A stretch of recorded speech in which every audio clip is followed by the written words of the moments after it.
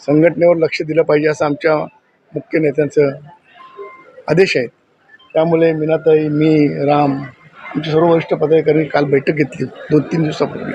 राऊत, अक्षयजी आमचा, आम्ही सर्वांनी बैठक घेतली आणि प्रत्येक तालुका वाईज अशा बैठका घेऊन संघटना बळकटीकरण करण्यासाठी आणि आम्ही कुठे कुठे का हारलो त्याचं समीक्षण करण्यासाठी, त्याच्यामध्ये आणखी काय सुधारणा करण्यासाठी पुन्हा एकदा आमची फौज आम्ही तयार करतोय म्हणून आजची बैठक घेतली।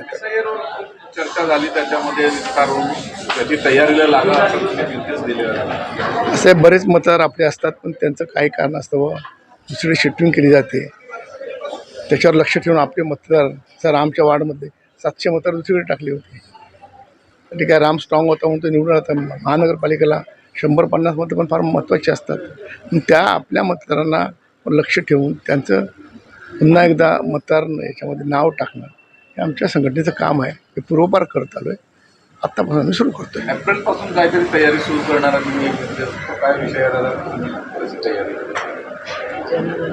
जनगणना सुरू होणार आहे, त्यामध्ये SIRचा फार मोठा रोल आहे आणि म्हणून आम्ही त्याच्यावर लक्ष ठेवून बारीकतेने काम करणार आहोत। शिवसेना पक्ष कुठेतरी विधानसभाची तयारीमध्ये लागले असाल नाही, आता इलेक्शन तर 3-3.5-4 वर्ष आहेत, पण संघटना मजबूत झाली पाहिजे।